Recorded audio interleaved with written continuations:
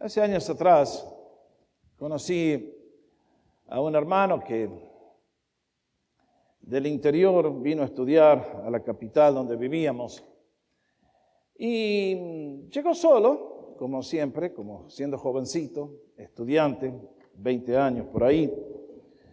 Y cuando llegó a nuestra iglesia encontró una familia que tenía 3 señoritas muy hermosas. Y el tipo dijo, bueno, qué bendición que me ha dado el Señor. Vengo aquí a estudiar y encima hay potencial para algo mucho más interesante, parece. Así que las 3 chicas eran hermosas y entonces el tipo, como era un santo, se puso a orar.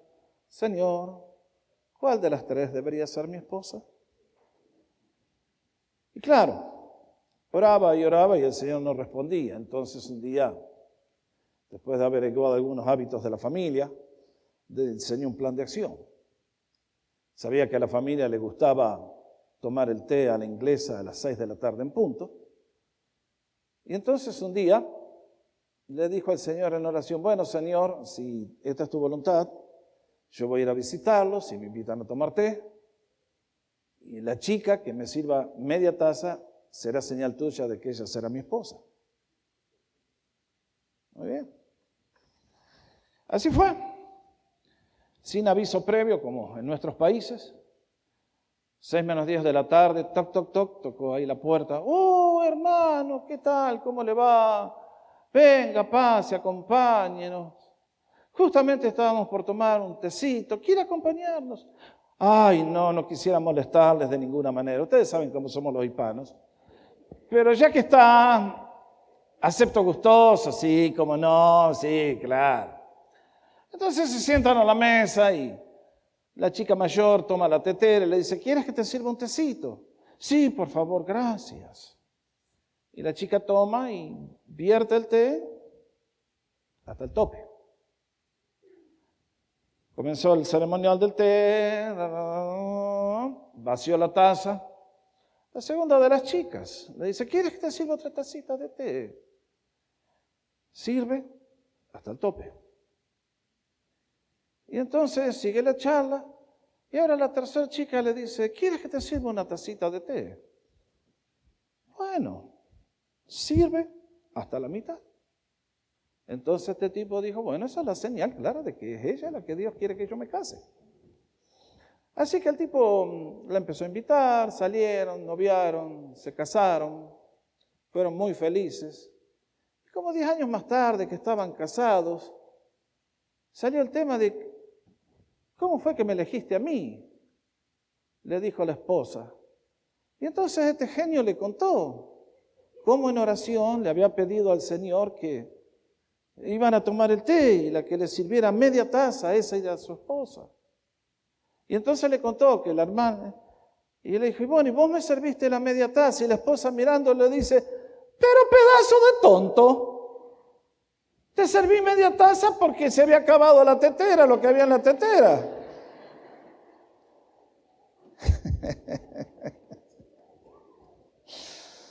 Ay.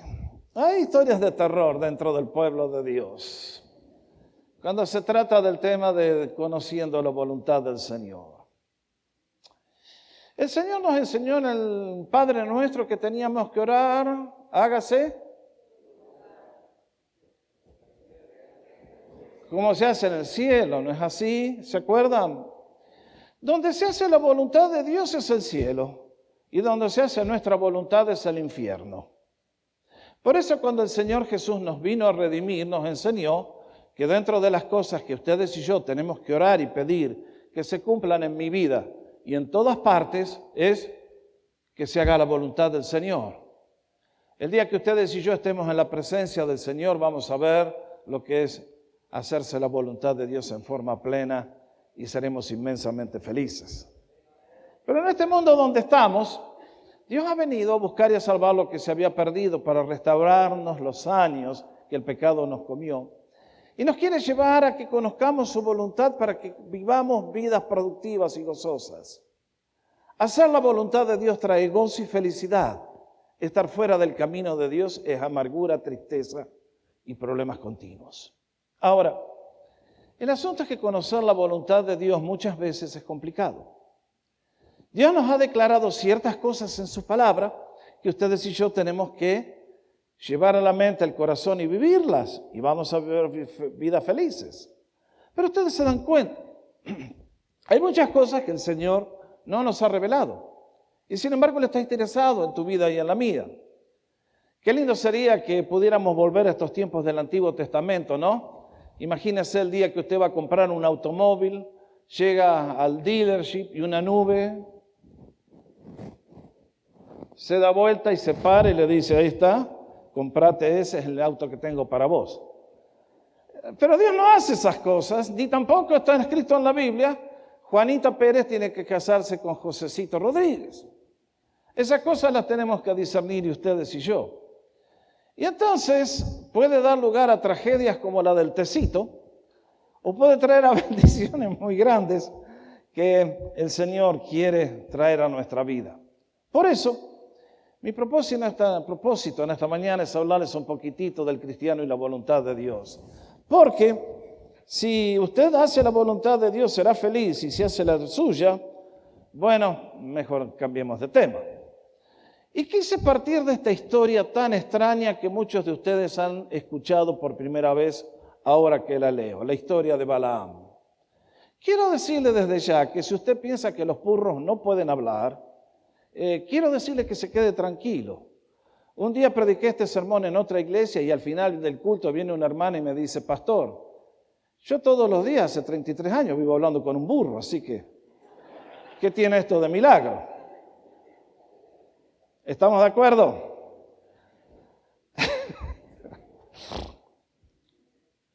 Óigame, si usted está serio con este chiste, quiere decir que usted tiene un problema serio, ¿eh? Afloje, vamos, vamos. Muy bien. La historia de Balaam.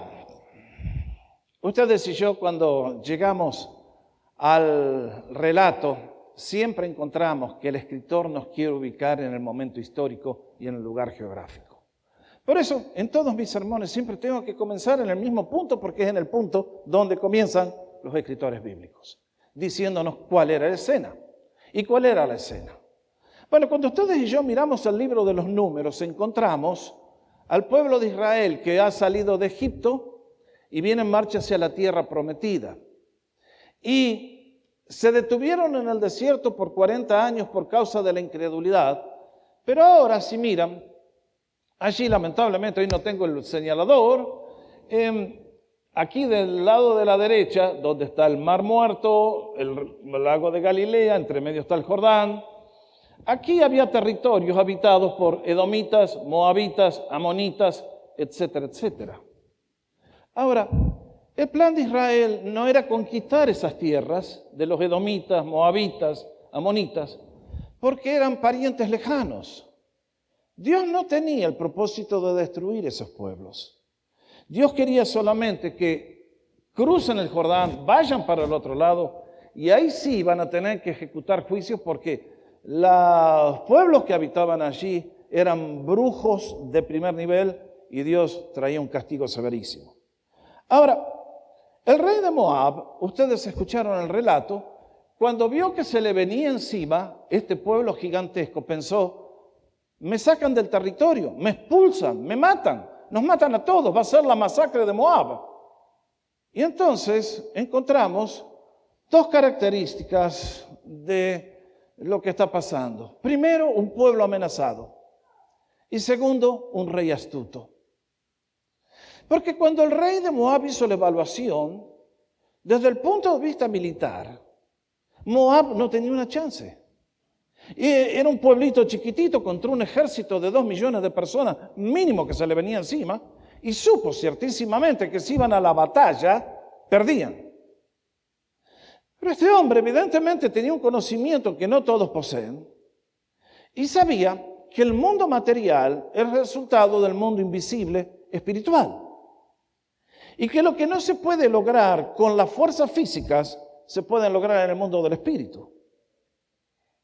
Ahora, este hombre sabía muy bien que la única chance que tenía la nación de sobrevivir en caso de ir a una guerra era contar con el auxilio de los poderes demoníacos.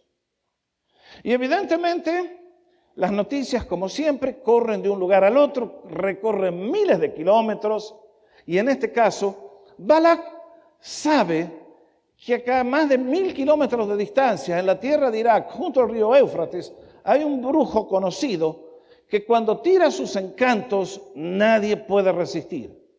Y por lo tanto, ustedes y yo leímos en esos primeros 4 versículos que al ver la situación que enfrentaba, decidió buscar los servicios de Balaam. Lo cual me lleva a la segunda sección del capítulo 22. Porque lo que encontramos allí es el primer encuentro que tiene los enviados de Balac, el rey de Moab, que van a encontrar a Balaam. Y entonces, el relato es muy interesante. Este hombre sabía que Balaam tenía poder para maldecir y que si le echaba la obra infernal en contra del pueblo, algo podía pasar. Ahora, envía un grupo de líderes, príncipes nos dice, evidentemente gente noble, con cargos en el gobierno, a hablar con este hombre. Y hacen la procesión y ahí llevan las bolsas de dinero para convencerlo. Y se encuentran con este hombre llamado Balaam. Y mis hermanos, creo que vale la pena contestar la pregunta: ¿qué clase de hombre era este individuo? Porque el perfil que traza la Escritura es un perfil de mucha gente que vive haciendo exactamente lo mismo en el día de hoy y a quienes muchos en este día de la comunidad hispana van a pedir ayuda, tristemente. Bueno, lo primero que encuentro en cuanto a Balaam es que era un brujo engañador. Eso lo encuentro en el versículo 6. Y noten bien, y digo que el brujo engañador por esta razón. Los brujos son los sinvergüenzas y estafadores más grandes que hay en la historia. Marque las palabras que utilicé. Si algún día me muestran en televisión, las voy a repetir con mucho gusto y se los voy a decir en la cara. Porque trabajan engañando al pueblo. Ellos por alguna razón se metieron en el sistema y saben que operan con el poder de los demonios. Pero al pueblo le dicen: nosotros obramos en el poder de Dios. No way, José. Nadie opera maldiciendo con el poder de Dios. Los que hacen maldiciones, el único que maldice es Satanás. Y los únicos que pueden hacer eso son aquellos que están unidos al poder de los demonios. Pero vuelvo a reiterar, siempre vienen: no, yo lo hago en el nombre de la Virgen. Yo lo hago en el nombre de Jesucito Diosito. No, mis queridos, tenemos que ser sabios. Si usted alguna vez va a ese lugar, va a volver con varios demonios rodeándolo, siguiéndolo y adentro suyo. Es muy probable. No se olvide. No vaya a esos lugares. Dios los condena porque son para su muerte y destrucción. No se meta con ellos. Y si usted está metido con ellos, este es el día cuando tiene que arrepentirse mientras Dios le da vida, porque si no va a pasar la eternidad junto con ellos. No lo olvide nunca. Pero este era un engañador. Porque cuando escucha la propuesta, les dice: bueno, déjenme ver qué me dice el Señor esta noche. ¡Ay, qué hombre tan piadoso! Suena más santo que yo, ¿no les parece? Y los encargados, le dicen: está bien, esta noche. Y lo que me llama la atención a mí es que el Señor, sabiendo todo, se le aparece y le dice: ¿quiénes son estos muchachos que hospedaste? Son, como que el Señor no lo sabía, ¿no es cierto? Y entonces le dice: sí, son los que me mandó Balac, porque quiere que le maldiga al pueblo. Y la afirmación que el Señor hace con respecto a la nación hebrea y que ahora se aplica al pueblo de Dios, usted la tendría que marcar. Le dice: no los vas a maldecir, porque es un pueblo bendecido, es un pueblo bendito. Marque bien, hermano. Si usted conoce a Jesús, usted pertenece al pueblo que Dios bendice. Y no hay poder en el universo que pueda tocar a un hijo que vive dentro de la voluntad de Dios. Ahora, si usted se hace loco y se sale, no sé, veremos. Pero en este caso, Dios se le aparece y le dice: no vayas con ellos. No, te quedas en casa. Porque vos no podés maldecir a lo que yo he bendecido. Y entonces encuentro la segunda característica de este hombre, que es muy insincero, muy mentiroso. ¿Vieron cuando los chicos venían a invitarnos para salir a jugar? Y decíamos, mamá, ¿podés salir a jugar? Nos decían, no, tenés que hacer los deberes. Entonces íbamos y le decíamos, ay, yo quiero ir a jugar, pero mi mamá, la bruja, a veces no me deja ir. Y la culpa era esa mala mujer que era mamá que no me dejaba salir. ¿Y qué es lo que dice Balaam a los enviados? Vuélvanse a vuestra tierra, porque Jehová no me quiere dejar ir con vosotros. Pero yo tengo una gana loca de ir para agarrar los millones de dólares. Y el tipo se queda, pero se queda refunfuñando de que Dios es un Dios malo que no lo deja ir. Su corazón no es un corazón bueno, es un mal corazón.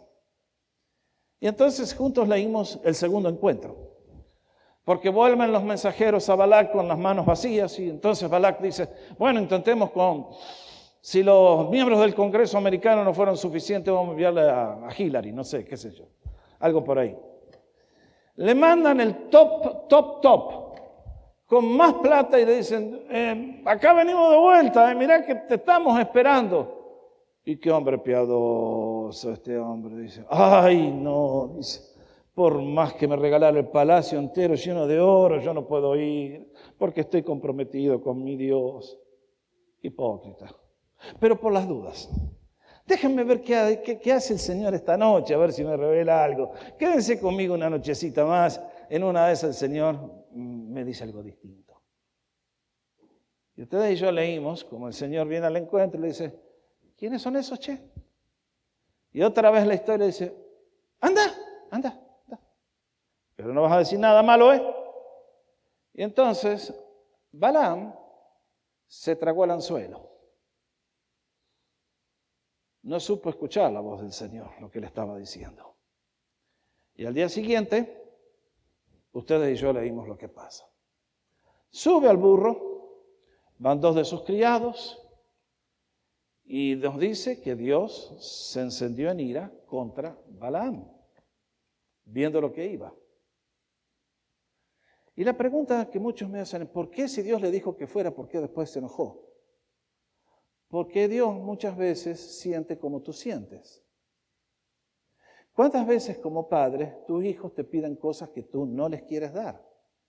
Que son dañinas, que los van a destruir. Pero tanto insisten que al final le decís, va, anda. Y hacen lo que quieren hacer y terminan donde terminan. Dios estaba probando el corazón de este hombre. Y cuando le dijo, anda, dijo, platita que se me van a inflar los bolsillitos. Y arrancó. Pero Dios no quería que arranque. Y entonces leímos juntos lo que pasó. En un momento, Dios se aparece en el camino y le abre los ojos al animal para que pueda ver el mundo invisible. Y el animal ve el mundo invisible y ve al ángel de Dios con una espada en la mano y entonces al campo. Y Balaam, páfate. Y entonces se corre y se le pone en un camino estrecho y aprieta el pie del jinete y otra vez el segundo azote y finalmente en la tercera vez cuando ve al ángel del Señor, Dios le abre los ojos al animal y le abre la boca y el burro comienza a hablar. Y qué cosa tan notable, que el burro me pareció mucho más coherente que el brujo. ¿Se dieron cuenta? Le habló diciendo, ¿y por qué me pegaste? Y el burro está mucho más coherente que el jinete. Y entonces, lo que más me llama la atención es que Balaam se pone a dialogar con el burro como si hablara con un burro, cosa de todos los días. Una vez allá escuché la historia de un viajante en Argentina que andaba vendiendo allá por en medio de la nada, en medio de esos campos, esas infinitudes que tenemos en nuestro país, y tiene la mala suerte de que se le descompone el automóvil en el medio de la nada. ¡Oh! Se le paró el auto. Entonces el tipo se baja y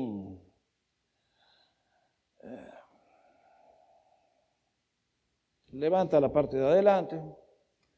Y era un desierto, eso no había nada, excepto por un caballo que se fue acercando de a poquito. Y mientras estaba revisando ahí el motor del automóvil, escucha una voz que dice, es el carburador.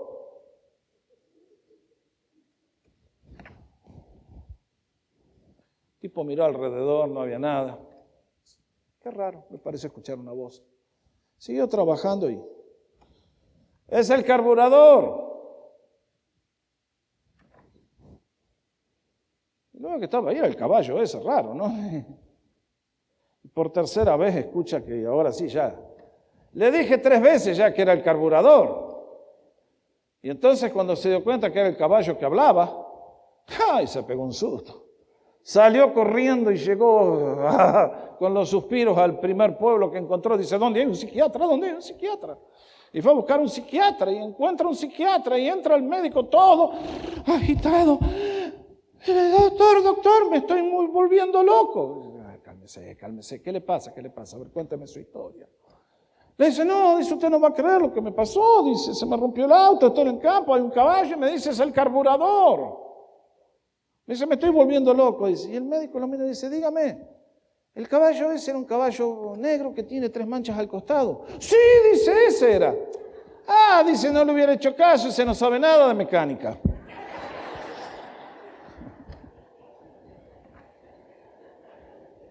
Balaam, idéntico Balaam. Nada que ver con nada. Y el tipo empieza a dialogar con el burro como...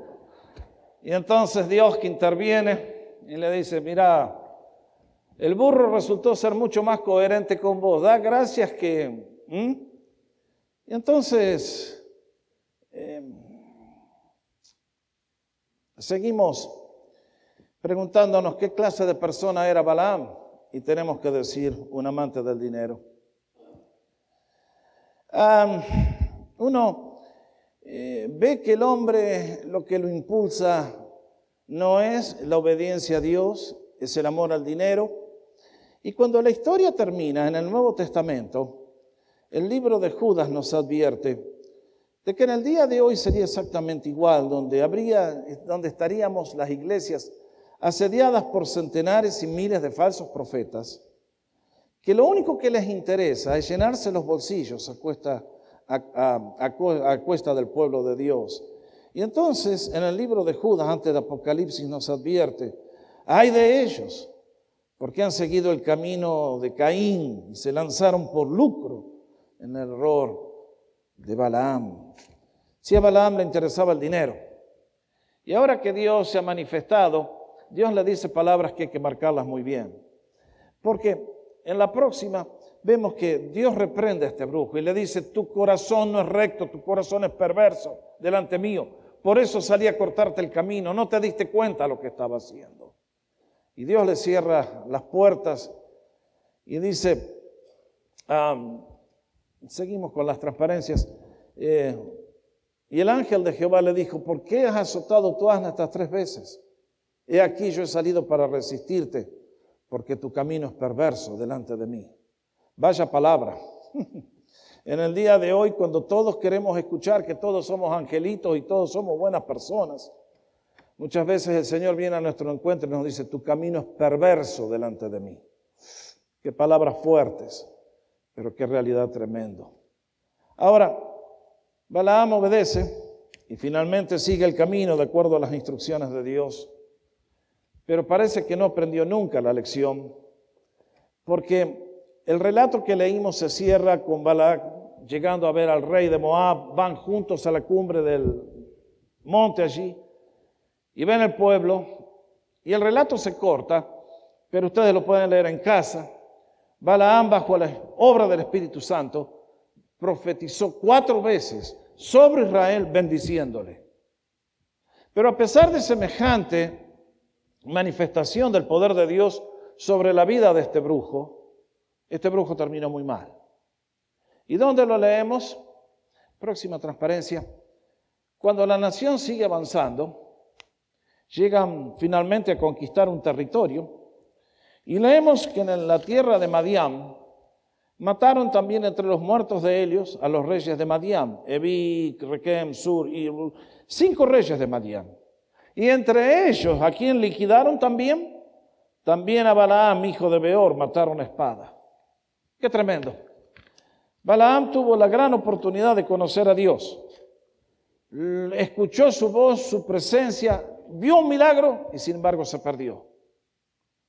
Lo cual a ustedes y a mí nos deja un desafío gigantesco en el día de hoy con respecto al tema de la voluntad de Dios, ¿no les parece?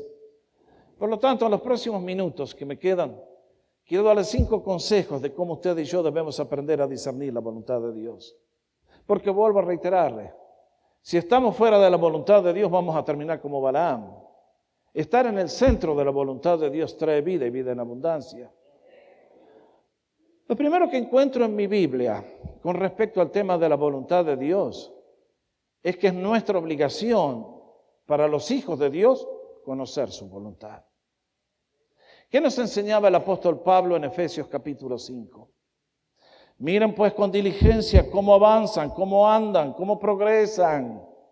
No como necios, esos son la mayoría, sino como sabios, aprovechando bien el tiempo porque los días son malos.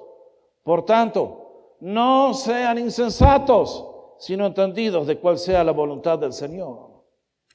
Mis hermanos, cuando Dios nos trae al redil y nos recupera para el reino y nos da la salvación, Él tiene un interés en que vivamos para hacer su voluntad, para ser sus instrumentos y para vivir vidas que le glorifican.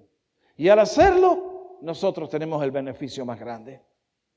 Por lo tanto, el apóstol nos dice, ustedes tienen que ser entendidos de cuál es la voluntad del Señor. Y créanme que, vuelvo a reiterar, cuanto más conocemos la voluntad de Dios, tanto más felices somos. Segundo que encuentro con relación a la voluntad de Dios es que Dios ha prometido guiarnos en esta vida. Dios ha hecho promesas preciosas para su pueblo. Dios no quiere jugar a las escondidas con nosotros. Dios quiere guiarnos verdaderamente, llevarnos al centro de su voluntad para que seamos felices. Fíjense lo que dice el Salmo 32:8. Es uno de los versículos que más cito cuando hacemos dedicatorias de niños. ¿Por qué? Porque aquí Dios a través del profeta está diciendo, te haré entender, te enseñaré el camino en que debes andar, sobre ti fijaré mis ojos. Eso es para usted y para mí. ¿Está interesado Dios en ti? Mucho más que lo que tú estás interesado en Él. Porque Dios nos ama con amor eterno. Dios quiere lo mejor para ti y para mí. No quiere que andemos recogiendo las obras que nos tira el diablo. Nos quiere ver como príncipes sentados a la mesa del rey. Entonces, Dios ha hecho promesas para que ustedes y yo podamos saber cómo conducirnos en esta vida, en aquellas decisiones que no están reveladas en su palabra tantas veces. Tercero, cuidado con el corazón engañoso. Este fue el problema de Balaam. Tenía un corazón perverso y engañoso. En apariencia quería hacer la voluntad de Dios. Quédense aquí esta noche a ver qué me dice el Señor. Pero cuando el Señor le dijo lo que tenía que hacer, hizo todo lo contrario. Hay mucha gente que me dice, pastor, a mí me gustaría saber cuál es la voluntad de Dios. Claro, quieren hacer la voluntad de saber cuál es la voluntad de Dios y después dicen, me gusta, no me gusta y hago lo que se me da la gana. No, mis hermanos, la voluntad de Dios es para ser obedecida. Y cuando Él nos muestra algo es porque quiere que vivamos en esa forma. Por eso, cuidado con el corazón. El profeta Jeremías nos recuerda, engañoso es el corazón humano más que todas las cosas y perverso. Oh, la misma palabra que le dijeron a Balaam. ¿Quién lo conocerá? Y mis queridos, esta mañana estamos todos aquí muy elegantemente vestidos, con perfumito y cosméticos, pero este corazón que llevamos adentro, qué fuente de conflictos y problemas es. Y Dios nos quiere ver haciendo su voluntad y nosotros siempre, sí, pero, no, sí. Cuidado con el corazón engañoso. Cuarto, si queremos conocer la voluntad de Dios, aprendamos a escuchar la voz de Dios. Este es todo un arte. ¿Dónde habla Dios? En primer lugar, aprendamos a escuchar la voz de Dios en su palabra. Dice el Salmo 119, lámpara es a mis pies tu palabra y lumbrera a mi camino. Mis hermanos, lo que dice este verso es que este libro bendito, cuando ustedes y yo saturamos nuestra mente con el contenido de este libro, el Espíritu Santo tiene el material para trabajar, de modo que cuando llegue el momento de las decisiones, Él nos puede guiar a lo que Dios quiere hacer y lo vamos a hacer con alegría y con plena certidumbre. Pero si el cristiano no lee su Biblia, entonces el Espíritu Santo no le puede guiar. Va a andar como Balaam a los tumbos y va a terminar mal. Todos los errores que se cometen en la vida cristiana son por no conocer la palabra de Dios. Y muchas veces conociéndola, la queremos desobedecer porque el pecado es más atractivo. Además, quiero decirles algo. Tenemos que aprender a escuchar la voz de Dios cuando estamos orando. Hay una promesa aquí en Isaías, que se las pongo allí, 30:21, que mis hermanos, son una de las promesas más hermosas que encuentro con respecto al propósito de Dios de guiarnos en medio de las grandes decisiones de la vida. ¿Qué dijo el Señor? Entonces tus oídos oirán a tus espaldas palabra que diga, este es el camino, anda por él y no te muevas ni a la mano derecha ni tampoco tuerzas a la mano izquierda. ¿Hace Dios eso? Absolutamente. ¿Cuándo lo hace? Tú dobla tus rodillas, busca el rostro de tu Dios, y al que le encanta escuchar nuestras súplicas y nuestras oraciones, cuando tú y yo estamos orando, Él nos está escuchando. Balaam dijo, voy a ver qué me dice el Señor. Si sabía que Dios le iba a hablar y él era un brujo, ¿no te hablará el Señor más a ti que eres su hijo? Con más razón. Entonces es nuestro gran privilegio. Pero ciertamente que Dios no nos va a manifestar su voluntad si tú estás apurado. Si tú quieres Mac religion. No va por ahí la cosa, muchachos, chicas. Nuestro Dios es un Dios santo, es un Dios de respeto. Él dice, hijo, ven a mí, tráeme todas tus cargas, yo te voy a aliviar, te voy a sanar, quiero hacer cosas grandes contigo. Pero tú tienes que aprender a escuchar mi voz. Quinto consejo que doy, obedezcamos sin reservas lo que el Señor nos manda. Cierro con la promesa y la exhortación de Proverbios capítulo 3. Balaam quiso hacer la voluntad de Dios, pero en lo que a él le convenía. Dios nos dice, hijo, ¿tú quieres hacer mi voluntad? Entonces, vean lo que nos exhortan a ustedes y a mí. Fíate del Señor de todo tu corazón y no te apoyes en tu propia prudencia. Reconócelo en todos tus caminos y Él enderezará tus sendas.